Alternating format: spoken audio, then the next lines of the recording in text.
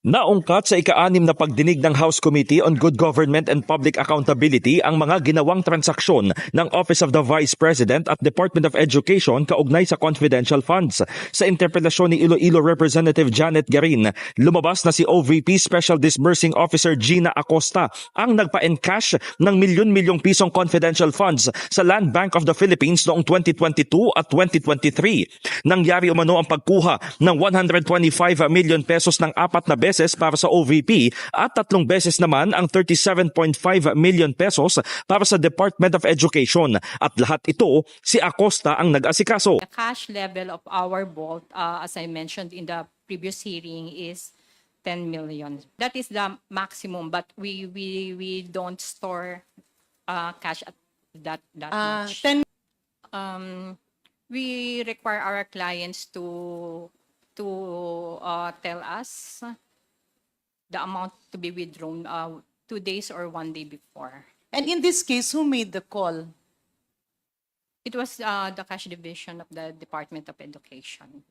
Kinumpirma rin ng Land Bank na hindi idinidiretso sa opisina ang pera. Para sa security arrangements, sinabi ni OVP Administrative and Financial Services Director Rosalyn Sanchez na humihingi sila ng security assessment sa Vice Presidential Security and Protection Group. Mula sa bangko, inililipat daw sa malalaking bag ang confidential funds, bagay na ikinabahala ni Garin dahil masyadong delikado. The one check is negotiated with Shaw Boulevard 2022. Ilang beses po nagkaroon ng encashment ng 125 million? 4 times po siya. 4 times. Sabay-sabay po yun? Buo yung 125 million or kinukuha as the need arises or base dun sa pangangailangan? 1 time po for each check. Mismong payee po. Sino po ang payee, ma'am, sir? Miss Gina Vicky. Acosta.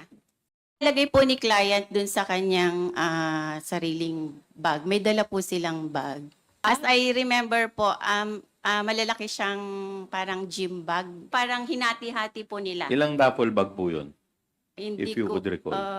more or less po, mga nasa 3 to 4. Para magkaalaman na, nagmosyon si Representative Joseph Stephen Paduano na imbitahan sa susunod na pagdinig ng komite ang bank tellers at ipinasabihan na rin ang CCTV footage ng transaksyon. In the heart of changing lives, ako si Brigada Haji Caaminio ng 105.1 Brigada News FM Manila, the Music and News Authority.